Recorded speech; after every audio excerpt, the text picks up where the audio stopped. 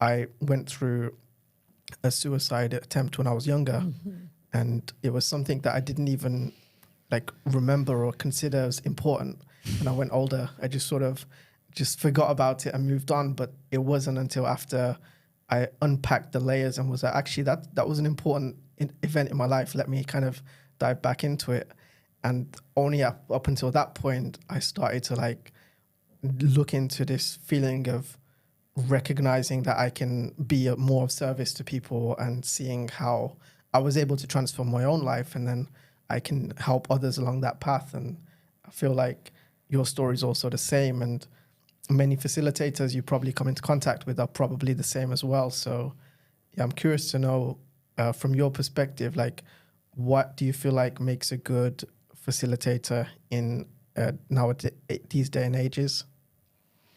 And I will also add to this question one more thing, because you also mentioned about masks that we carry, and then if we become facilitators because we have come through all of our healing process and we are giving from what we learn, also how this relates to being of service from a wounded place as opposed to being of service from a real call. I think a real call, it can happen to a wounded person or not. I don't see any person that is not wounded on planet Earth, honestly. Maybe in a certain level is bigger and then is...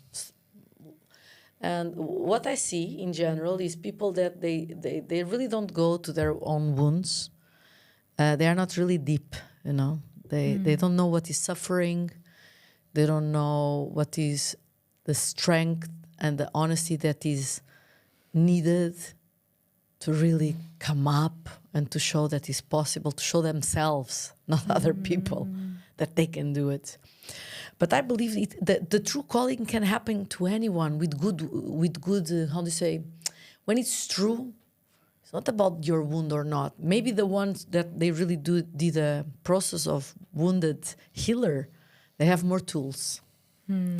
For example, why it's easy to speak about the sexual abuse for me, or why it's easier to really be with people that they commit or try to commit suicide, or they have food disorders, that they are hospitalized for 20 years, or CEOs or politicians. They have really big responsibility and they can't even share with no one. Because you know your own hell.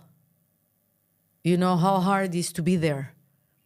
So you are not afraid to be side by side with the person that is on hell. And you know that, no matter what they do, they can find a way. It's not we find the way. They can find their own way. And we are there to support them and to remember that. Like, you can do it. Okay, fall down today, you will. So I believe the qualities that they are needed for a person that is wounded or not, and I will repeat, I don't know anyone that is not wounded till now. You saw this event with our Dalai Lama in the past now. For me, he will be always in my heart, but, something happened there. You see how the Catholic Church has so much sexual abuse and hypocrisy. You see how politics is in our days. It's not about the politics, the church, the Buddhism. Is we, humans. That's it. It's not the money.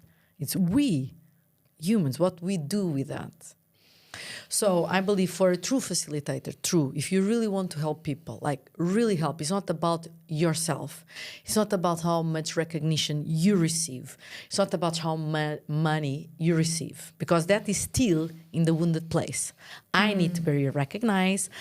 I'm afraid of survival mode, so I need to work for money. I need to go and get the money. Yeah? True service is someone that you don't have money, I'm here anyway. You really want this? I'm here. It's like, I will not speak about your work, but why should you speak about my work? It's not about that. It's about your healing.